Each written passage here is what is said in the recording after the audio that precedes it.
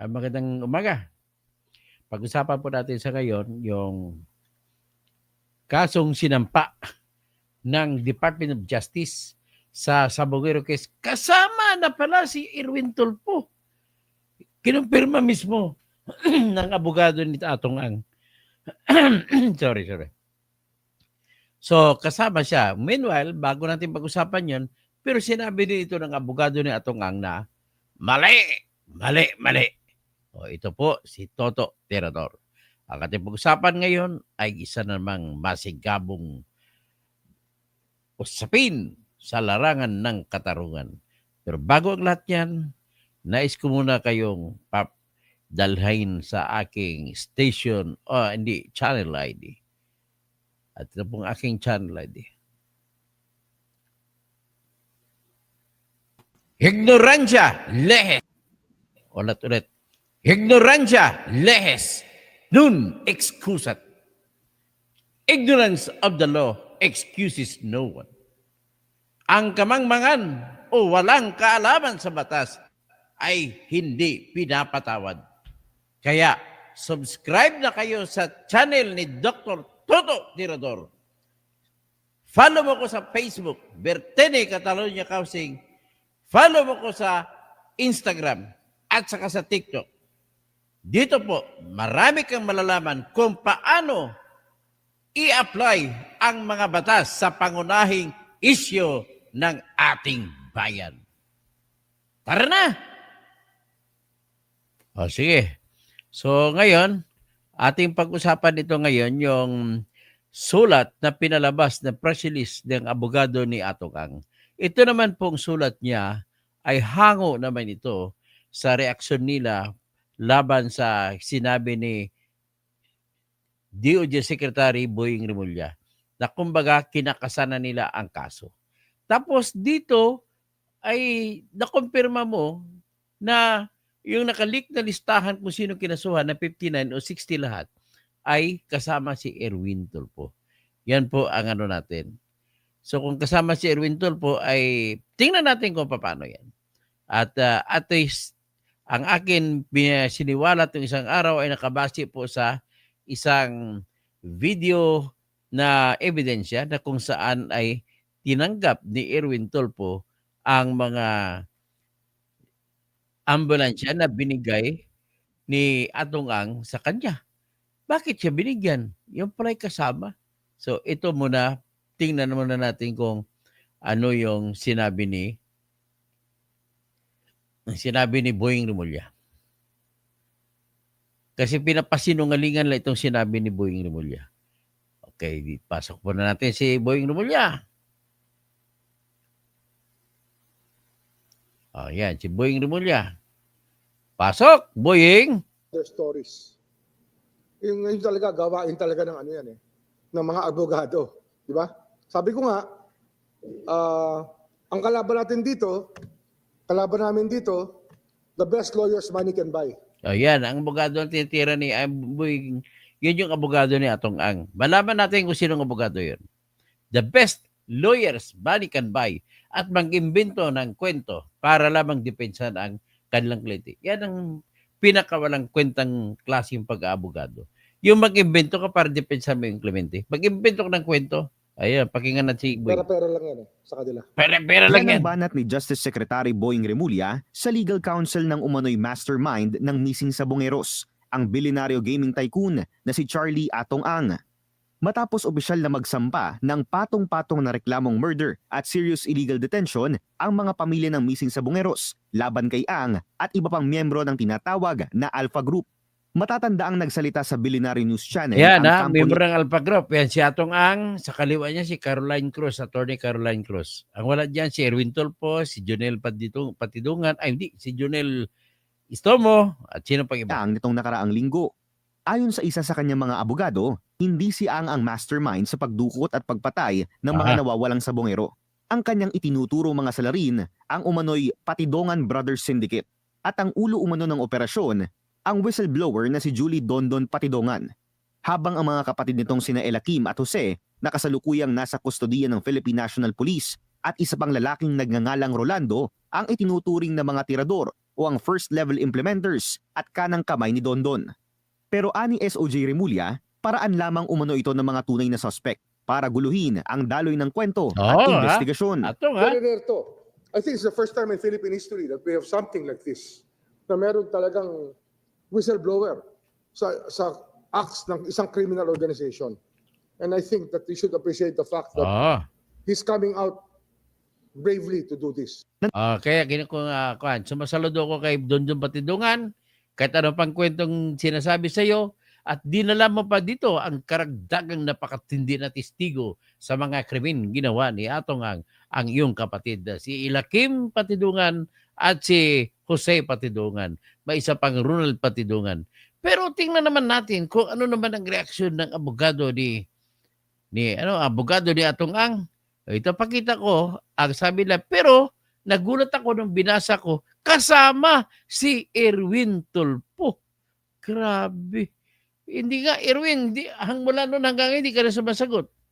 Bakit? Dapat sumagot ka kung ikaw ba ay inaakusahan. Anong masasabi mo sa pag-akusa sa iyo? Ito, tingnan natin yung balita. Yan, sinasabi, flawed. Ibig sabihin, sira-sira. Sira-sira ang akusasyon ni Dondon daw laban sa kanya na binabakapan ni Boying Remulla. Yan. Yan si Atong Ang. Ang sumulat, kaibigan ko si Jing Villamente. The lawyer, sabi na, the lawyer of gambling figure Charlie Atong Ang welcomed the filing of murder and serious illegal detention charges against his client, describing it as an opportunity to refute accusations in the proper legal forum. Yan. Mga sinasabi ng abogado lang yan. Mga pakulo lang yan, pero ganun din ibig sabihin nun. Kahit sinong abogado, ganun sasabihin. Welcome to the opportunity to defend ourselves. Ganun lang yan. Sabi ni Attorney Gabriel L. Villarreal, siya palang abogado, Ang's legal counsel said the charges allowed the businessman and sports patron to confront what he called baseless allegation, especially those made by state witness Julie Dondon Patidungan. Punta yung maaman nito si Attorney Gabriel Villarreal. Attorney, magkano kaya ang kanyan? Although sikreto yan, sigurado yan, paldong inyong kliyente dyan. So, ang hindi ko lang alam, bakit wala na si Lorna Kapunan? Sabi, nag-withdraw na daw, pero hindi ba confirm? So, Patidungan's testimony is flawed. Sira-sira, sabi ni Attorney Villarreal. Self-serving and unsubstantiated. Walang suporta, sabi ni Villarreal. Habang iminimanti niya na inosente si Atong Ang sa mga pagkakawala ng mga sabongero.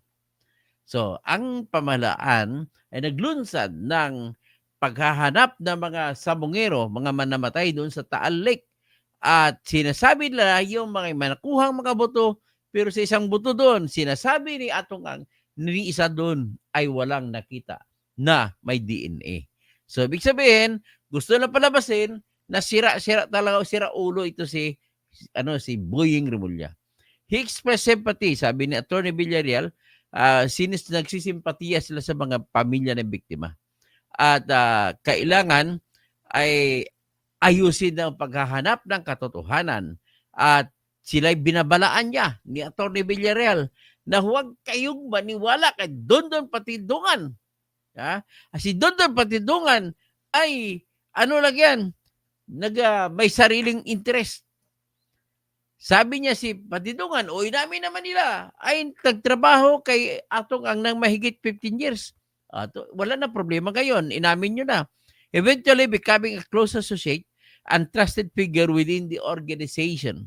So behind the scenes, however, Patidungan allegedly operated a network engaged in illegal gambling, kidnapping, extortion, and intimidation without the knowledge of Atong Ang. Paano mangyari yun? May sariling negosyo siya Atong Ang habang nagpapatakbo, habang security provider siya kasi may security agency.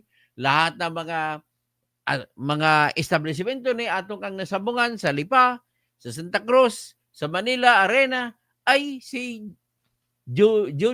si Dondon Patidungan na nag-provide ng security, mga security men. So, paano mangyari na magkaroon siya ng sariling negosyo sa loob ng isang negosyo? Malabo pa. Attorney Villarreal, malabo pa sa pusit. Sabi ni attorney ni Congresswoman Franz Castro. Sabi niya ni Atty. Villarreal, when he was tagged in the disappearance of a cockfighting competitor in Manila last year, he concocted his incredible story to shift blame to his supporters and escape prosecution. Wah! Si Atong ang nagsabi na kanyang mga karibal sa negosyo ang mga dumukot sa mga nawawala. Sino ba naman? Bakit naman Atong bakit sa lahat ng mga nawala sa iyo sabungan ang galing? Ha?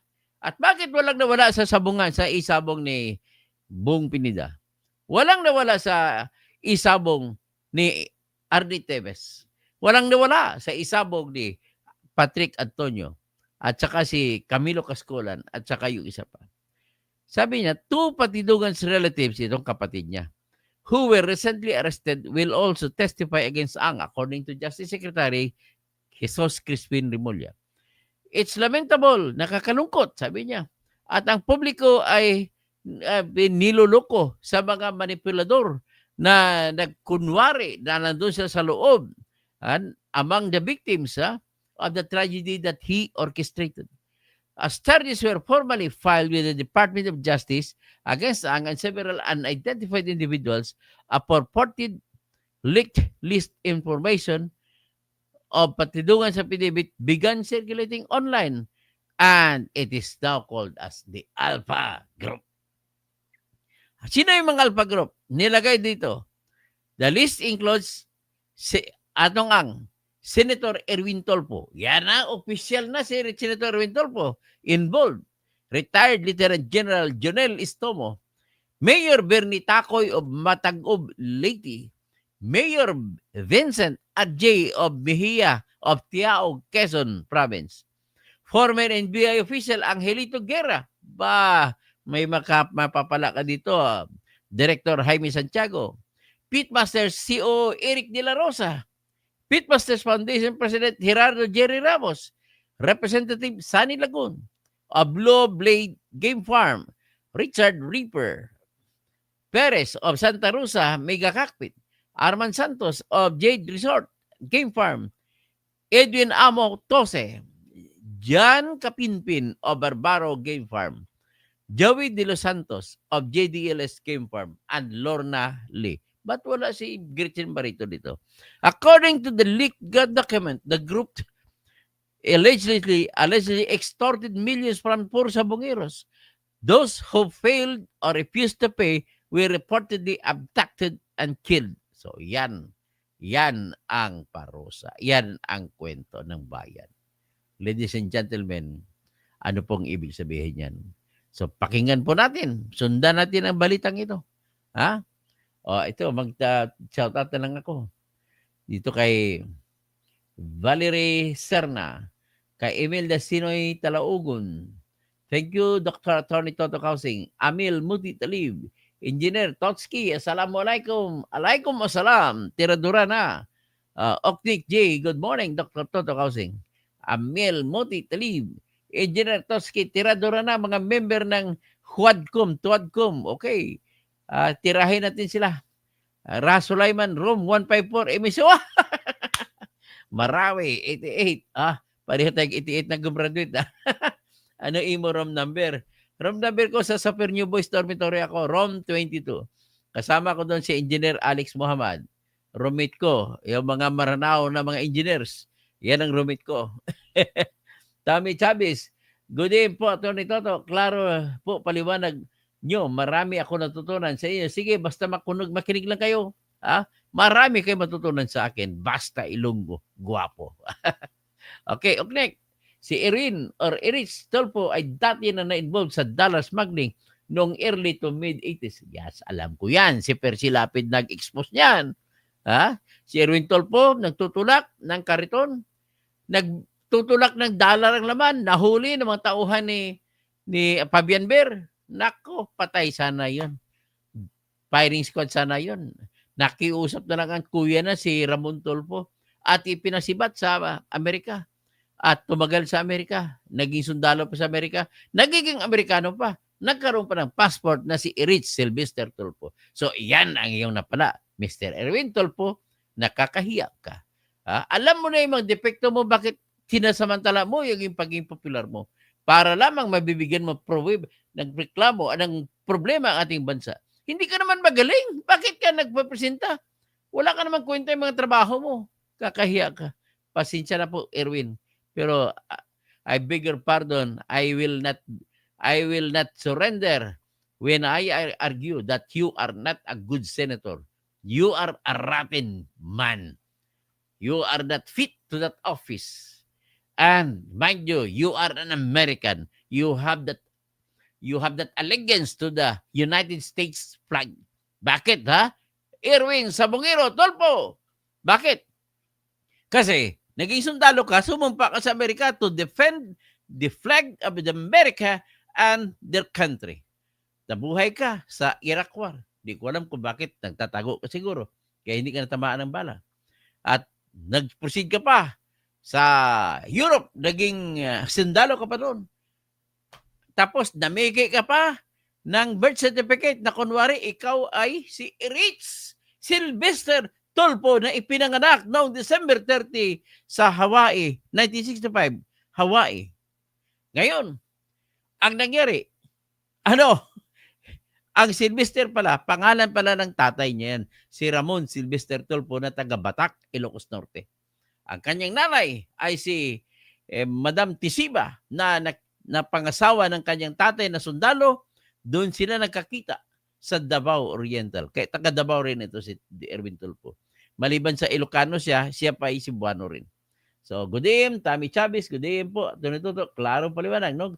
Oknik, si Erwin Oris Tulfo. Okay, hanggang dyan na muna tayo at pakispread po, paki-like, paki-subscribe at don't forget to subscribe to my channel. Marami kayong makukuha sa aking channel. Maglalabas ako ng mga matutunan ninyo kagaya sa mga bar exams. Okay? Hanggang dyan lang muna tayo at magandang umaga po sa aking mga kababayan.